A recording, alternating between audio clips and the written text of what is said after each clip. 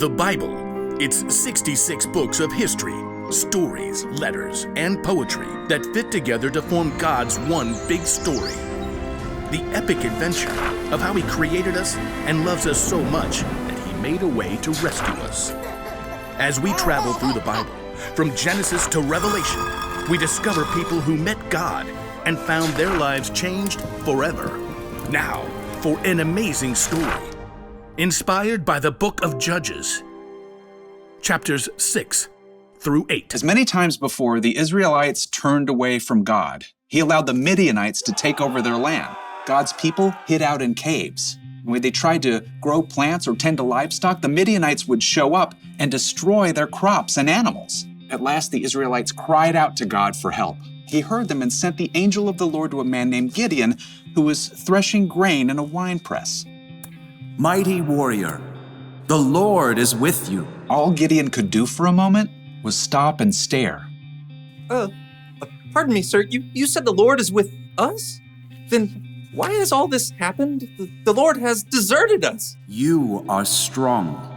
Go and save Israel from the power of Midian. I am sending you. Pardon me, sir, but how can I possibly save Israel?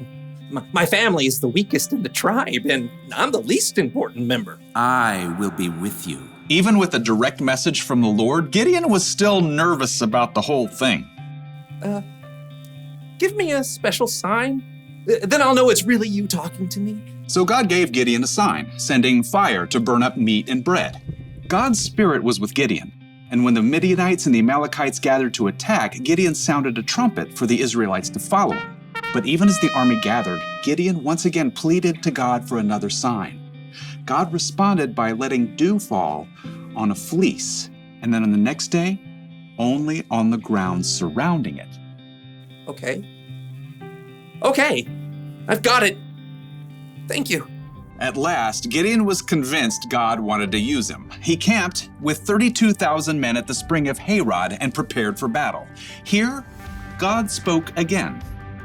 I want to hand Midian over to you, but you have too many men.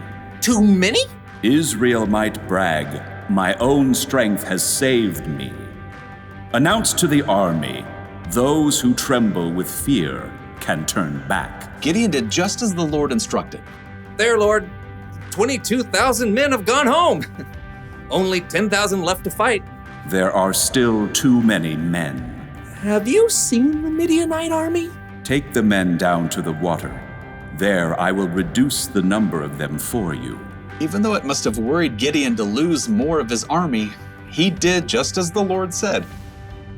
Field trip to the lake, everyone! At the water's edge, the Lord said, Some men will drink the way dogs do. They will lap up the water with their tongues. Separate them from those who get down on their knees to drink. Gideon watched carefully. Most men got on their knees and drank directly from the water, but 300 men cupped the water in their hands and lifted them to their mouths to lap. So, God, I send those 300 men home and keep the other 9,700, right? With the help of the 300 men who lapped up the water, I will save you. Let all the other men go home.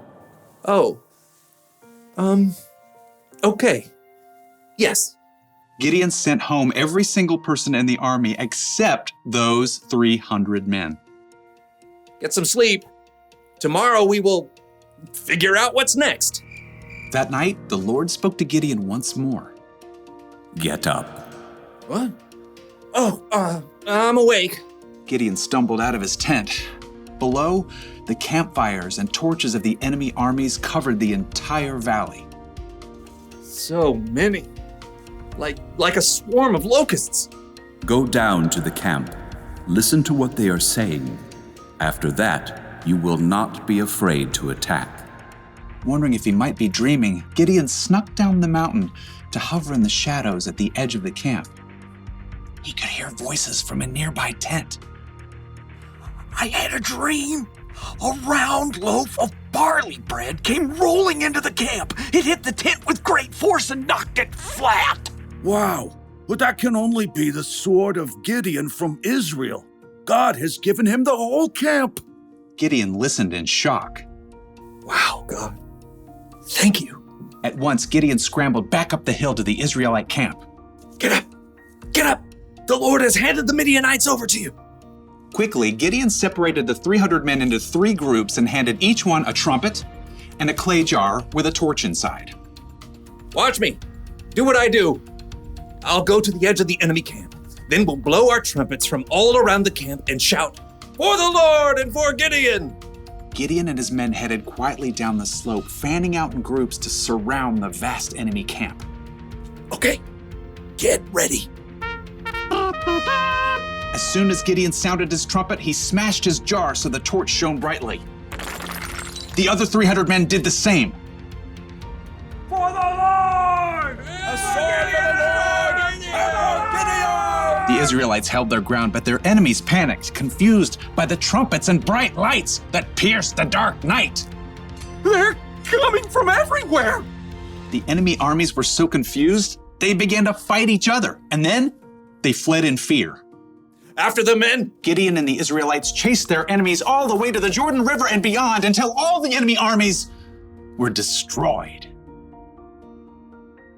The Israelites begged Gideon to rule over them. I will not rule over you. The Lord will rule over you. Yep, Gideon was an underdog, filled with doubt, but he still chose to follow God, and God used him to save the Israelites.